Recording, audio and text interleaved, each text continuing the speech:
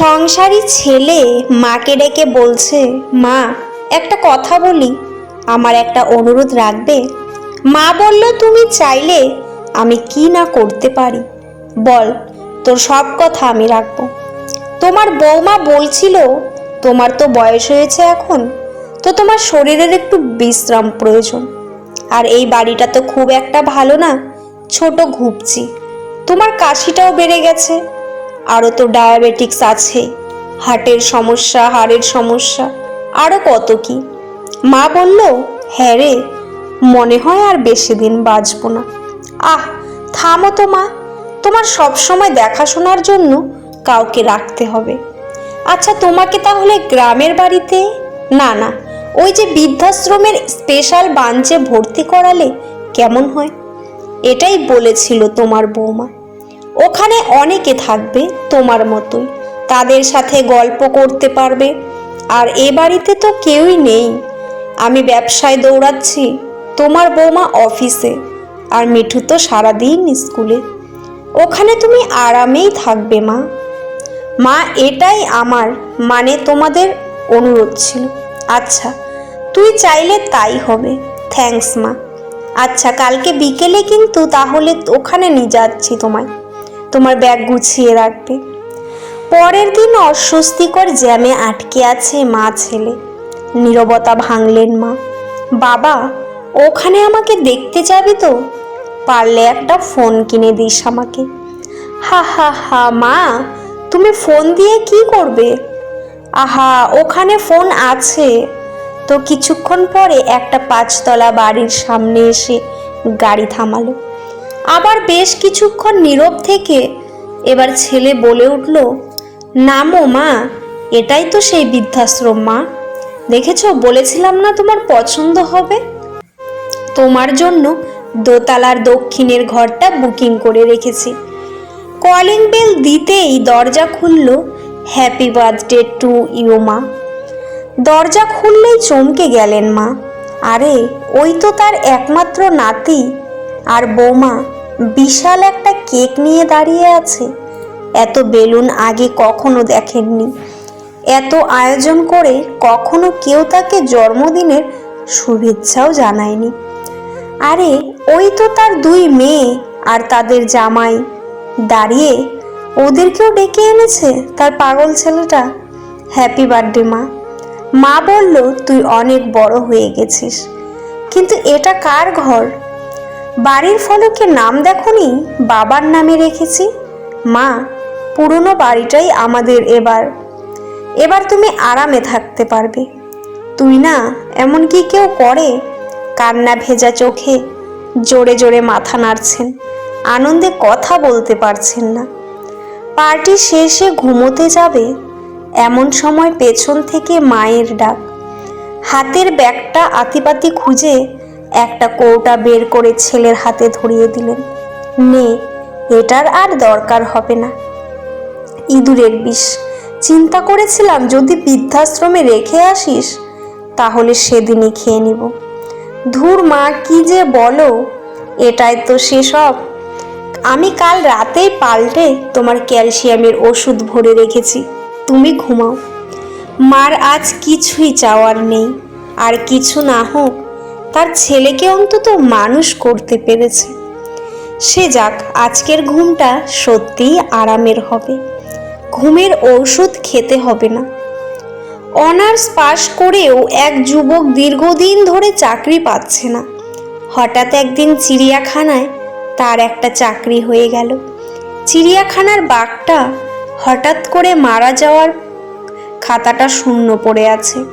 কর্তৃপক্ষ বলল, তুমি যদি খাঁচার ভেতরে একটা বাঘের পোশাক পরে বাঘের মতো তর্জন গর্জন দিতে পারো তাহলে মাসে 8,000 টাকা পাবে। বেকার ছেলেটা তাতেই রাজি। রোজ চিড়িয়াখানা খোলার আগে সে বাঘের পোশাক পরে খাঁচায় ঢুকে পড়ে। দর্শক এলে তাদেরকে তর্জন গর্জন আরও নানা কায়দা কুশরত দেখিয়ে ভীষণ আনন্দ দেয়। দেখতে দেখতে চিড়িয়াখানার দর্শক বেড়ে গেল। বাঘের খাঁচার সামনে বিরাট ভিড়। চিড়িয়াখানা কর্তৃপক্ষ ও খুশি হয়ে বেতন বাড়িয়ে দিল। ভালোই চলছিল দিন। হঠাৎ একদিন হলো বিপত্তি। বাঘের খাঁচার পাশেই ছিল সিংহের খাঁচা। দুই খাঁচার মাঝে একটা লোহার জালের বেড়া। একদিন সেই বেড়া ধরে লাফিয়ে নেচে কুদে মজা দেখাতে গিয়ে পুরনো বেড়া ভেঙে এসে গিয়ে পড়ল সিংহের খাঁচার ভেতরে। এখন কি হবে? পৈতৃক প্রাণটা বুঝি আজ সিংহের হাতেই গেল। ভয়ে জবুথবু হয়ে খাঁচার এক কোণে বসে দোয়া দরুদ পড়তে লাগলো বেচারা। এদিকে সিংহটাও কিছুক্ষণ চুপ করে বসে থেকে ধীরে ধীরে উঠে দাঁড়ালো। তারপর আস্তে আস্তে এগিয়ে আসতে লাগলো তার দিকে। ভয়ে তো তার প্রায় হার্ট অ্যাটাক হবার মতো উপক্রম।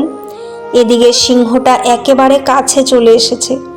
প্রাণের মায়া ছেড়ে দিয়ে ছেলেটা যখন ভগবানের নাম করতে শুরু করলো, ঠিক তখন সিংহটা বলে উঠল, ভাই এত ভয় পাবেন না, আমিও অনার্স পাস, বেকার। কেউ শব্দযত সন্তানকে ডাস্টবিনে ফেলে দিয়ে দায়মুক্ত হতে চাইছে, আবার কেউ একটা সন্তানের জন্য সারাটা জীবন হাহাকার করছে। কেউ বছরে কতজন ভালোবাসার মানুষ বদলে ফেলেছে, কেউ আবার তার ভালোবাসার মানুষের জন্য বছরের পর বছর অপেক্ষা করে চলছে। কেউ দামি শাড়ি হাতে পেয়ে তবুও খুশি নয়, আবার কেউ তাঁতের নতুন শাড়ির গন্ধ বারবার শুকছে। কেউ প্রিয়জনের কাছ থেকে সোনা বা হীরের চুড়ি পেয়েও খুশি নয়, কেউ প্রিয়জনের কাছ থেকে পাওয়া কাচের চুড়িতে স্বর্গের সুখ খুঁজে পাচ্ছে। কেউ লাখ টাকার ডাইনিং টেবিলে বসেও তৃপ্তি সহকারে খেতে পারছে না, কেউ পেঁয়াজ কাঁচা লঙ্কা দিয়ে গোগ্রাসে পান্তা গিলছে। কারোর দামি খাটে শুয়েও ঘুমের ওষুধ খেতে হচ্ছে, কেউ আবার হিমেল হাওয়ায় অঘোরে ঘুমাচ্ছে।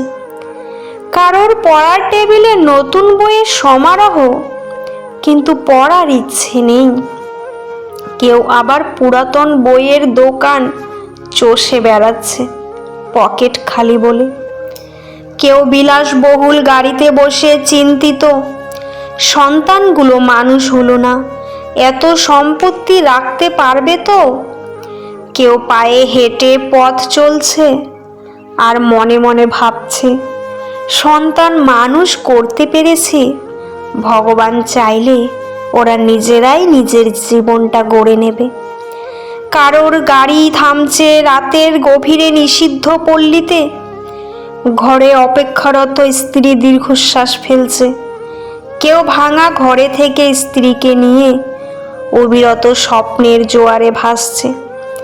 কেউ ভাবছে আর কয়েকটা দিন ডিভোর্স পেপারে সাইন করলেই মুক্তি। কেউ কেউ আবার একটা সম্পর্ক টিকিয়ে রাখার জন্য অবিরাম যুদ্ধ করে চলেছে। নানান রঙের মানুষ বিভোর নানা স্বপ্নে জীবনে কে বেড়ায় সাদা কালো আলাপনে। আসলে এটাই বাস্তবতা। সুখ এবং শান্তি সর্বদাই আপেক্ষিক। কারো সব থেকেও সুখ জিনিসটাই নাই, আবার কারো বাকি সব না থাকলেও সুখটা আছে। কেউ দুবেলা খাওয়ার জন্য সারাদিন হাঁটে, আবার কেউ খাবার হজম করার জন্য হাঁটে। জীবন যেখানে যেমন। বউ হারালে বউ পাওয়া যায়, কিন্তু মা হারালে মা পাওয়া যায় না। এটা খুব প্রচলিত একটা কথা। অনেকেই এই কথা বলার সময় আবেগে গড়াগড়ি খেতে থাকে। এমন একটা ভাব দেখায়, মনে হয় মায়ের জন্য তার ভালোবাসার শেষ নাই, আর বউ ডাস্টবিনের ময়লা, মন চাইলে ছুঁড়ে ফেলে দিবেন। সেই সব ব্যক্তিদের উদ্দেশ্যে কিছু কথা। মা আর বউ এই দুইজনই দুই মেরুর। একজন হলো জননী, অন্যজন সহধর্মিণী। মা জগদ্ধাত্রী, যার কোনো তুলনা হয় না, আর স্ত্রী পরিপূর্ণতা দানকারী, যাকে ছাড়া আপনি অপরিপূর্ণ। একজনের সাথে অন্যজনের তুলনা করা মূর্খতা ছাড়া আর কিছুই না।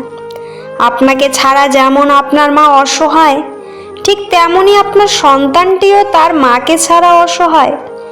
আপনার মা যেমন বড় মাছটা নিজে না খেয়ে আপনাকে খাওয়ান, খেতে বসলে খেয়াল করবেন একই কাজটা আপনার স্ত্রীও করেন। আপনার কিছু হলে আপনার মায়ের পর সৃষ্টিকর্তার কাছে আর কেউ আঁচল পাতলে আপনার স্ত্রীই পারেন। আপনার কাছে আপনার বোন মেয়ে যেমনটি আদরের, ঠিক তেমনই আপনার বউ কোনো ভাই বাবার কাছে তেমনই আদরের। আপনার মৃত্যুতে আপনার মা যেমন সন্তান হারা, ঠিক তেমনই আপনার বউ হবে জীবন সঙ্গী হারা। আপনার মায়ের আরও সন্তান থাকলে তারা আপনার মাকে দেখবে রাখবে, কিন্তু আপনার স্ত্রীকে কে আগলে রাখবে? আপনার মায়ের আরও সন্তান থাকলে তাদের পেয়ে কিছুটা হলেও কষ্ট কমে যাবে, কিন্তু আপনার বউয়ের তো আপনি ছাড়া আর কোনো গতি নাই। আপনার সন্তানদেরকে তো আপনার সহধর্মী নিয়েই দেখবে, তাই না? আপনার মা অন্য সন্তানদের মাঝে নিজের বাকি জীবনটা কাটিয়ে দেবে, কিন্তু আপনার স্ত্রী কি নিয়ে বাঁচবে? আর বাচ্চাদের ভবিষ্যৎই বা কী হবে?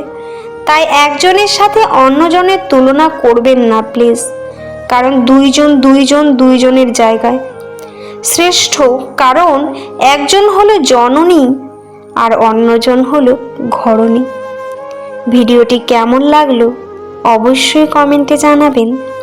পুরো ভিডিওটি দেখার জন্য আপনাদের অসংখ্য ধন্যবাদ। আপনারা ভালো থাকবেন, সুস্থ থাকবেন আর নিজেদের যত্ন নেবেন।